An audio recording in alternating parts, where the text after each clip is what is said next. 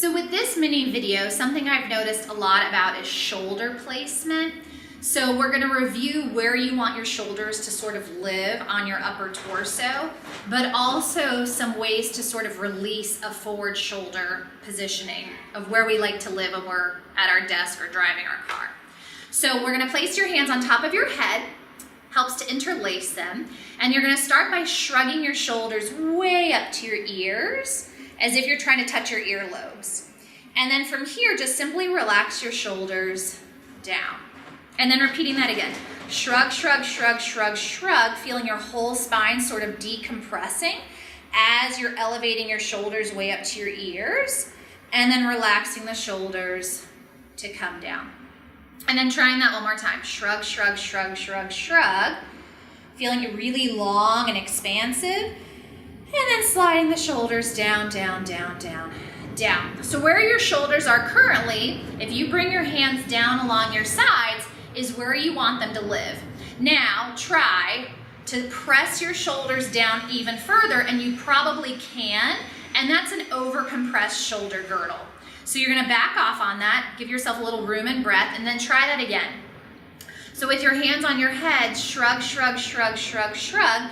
Feel your whole spine sort of decompressed. Relax the shoulders down. Keep your shoulders where they are, and then bring your hands by your sides. And then can you push them a little lower? Probably, but that's not where you want to go. You want to find that sort of they're neutral from that position when you're up here. So let's try that one more time. So you're going to shrug, shrug, shrug, shrug, shrug, and then slide the shoulders down, down, down, down, down, and then keeping the shoulders at this height as you bring your arms by your sides. So just so you know that you have the ability to push them further, but you're going to try not to. So then from here, you're going to extend your arms straight out in front of you. Palms are facing and your hands are a little below shoulder height. And we're going to do puppet arms. We're going to overreach the arms out in front of you as if I'm trying to touch you through the camera. And then you're going to do the opposite. You're going to squeeze your shoulder blades together as if you're trying to pinch a pencil between your blades behind you. And then repeat that again. Overreach, overreach, overreach. Try to touch the TV. And then reconnect, reconnect, reconnect, drawing the shoulders back. And just going back and forth. Overreach, overreach, overreach. And then reconnect, reconnect, reconnect. And try that one more time. Overreach, overreach, overreach. And then reconnect, reconnect, reconnect. And then you're going to find a happy medium between the two, where you're not overreached forward, you're not, contracted back, but you're going to find neutral between the two. And if you relax your arms, that's sort of ideally where you would want your shoulder to live. Not forward, not back, but somewhere in the middle.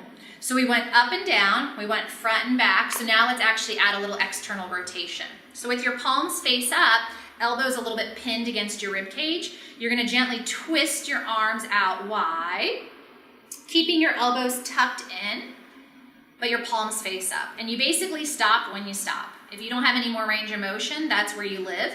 And then you back off to parallel. And then repeating that again, pressing the arms out wide, finding a little bit of external rotation of both of the shoulders, and then back off. And trying that again, pressing out wide, and then gently backing off. And one more time, pressing out wide, and then gently backing off, and then let that go for a moment.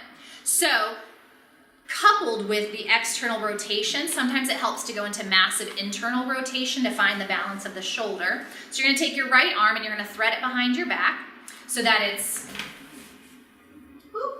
running across your waist. You are going to deliberately round yourself forward like you're slouching forward. You're going to take your free hand and grab or touch around to the shoulder blade of that right shoulder. And you're going to encourage the entire shoulder blade to round forward until your blade is flush on your back.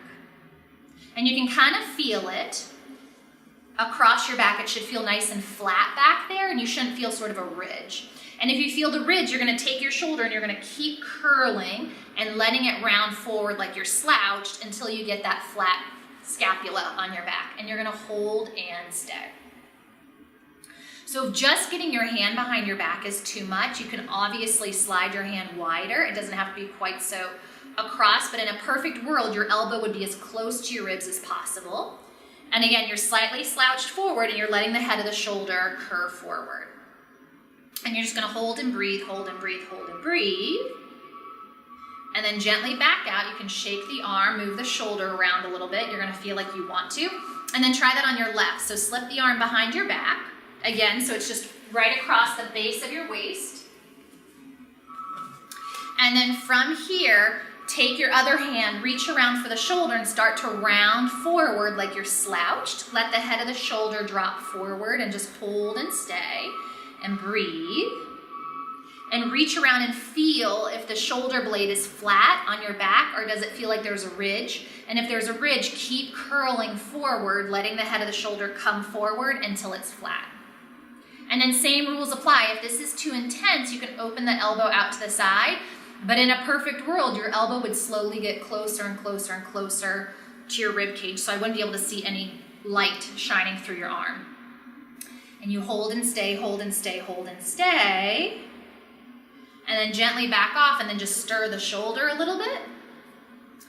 And then if you just let your arms dangle, chances are that between the external rotation and the internal rotation, your shoulder is sort of in a neutral alignment, right? So starting at the beginning, you went up and down, ideal. We went front to back, ideal.